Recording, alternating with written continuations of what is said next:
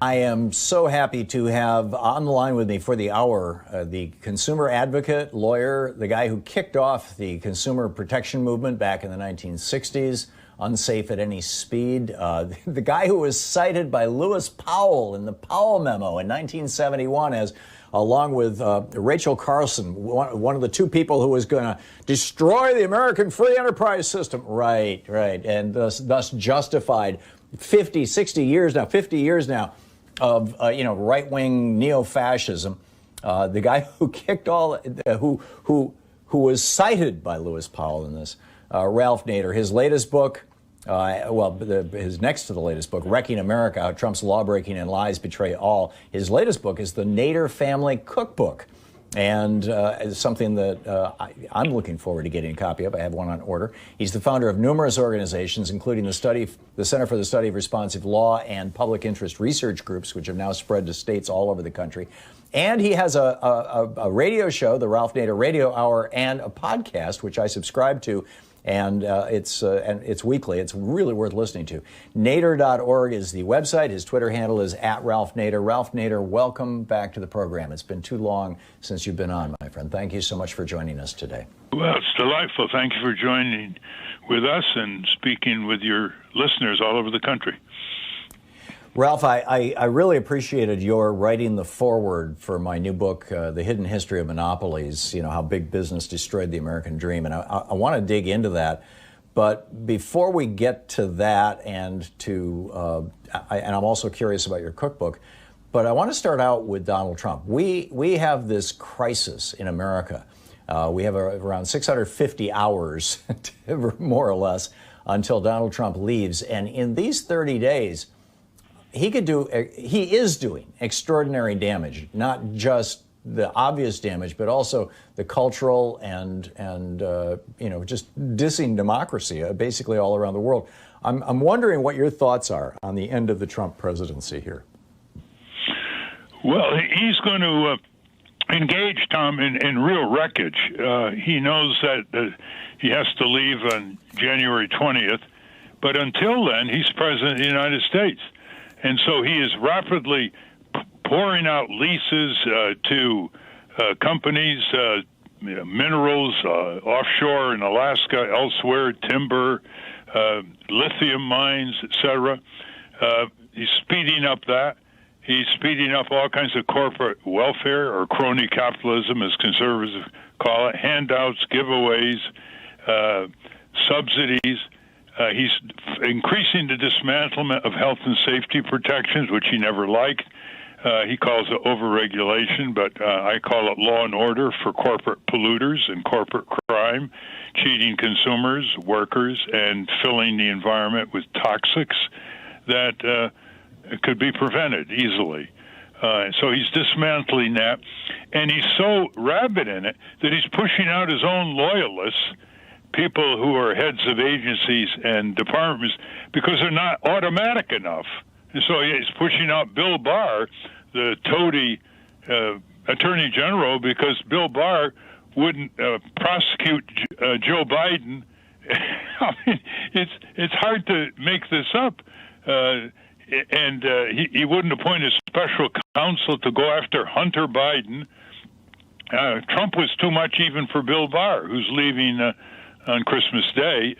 And so he's putting in these robotic fanatics to get the period from the election to January 20th to do his bidding. Now, the tragedy is he's violating laws with impunity. Where are the law enforcers? Well, they're the Justice Department. He controls the Justice Department. But there's another law enforcement, and that is the U.S. Congress. Now, he controls the Senate with the Republicans, but that's no reason why the House Democrats don't have immediate hearings, subpoena information, educate the public about this corporate crime wave or this Trump crime wave in the executive branch of government. I'm totally with you there, and I would love to see that happening. And I know that there are a couple of committees and subcommittees that are starting to look into these things, although Congress is somewhat crippled by the coronavirus. But I want the Democratic Party to get a damn spine, too. I'm wondering how you think, once Trump is gone, we should best deal with this? I mean, we have the precedent of the 9/11 Commission. We have the precedent of the Church Committee and their investigations. But that, I mean, in retrospect, Richard Nixon's crimes are paltry, petty, small compared to, you know, 250,000 dead Americans, the reputation of the country in ruins around the world, the damage to the very idea of democracy. What should we do? Well, the Attorney General under Joe Biden sworn to uphold the Constitution and the rule of law, and establish a special counsel with staff to investigate the evidence, which is overwhelming, that Trump has violated a number of criminal laws. Never mind violating constitutional provisions. There's really no sanction for that other than impeachment and conviction in the Senate, and that'll be gone once he's gone.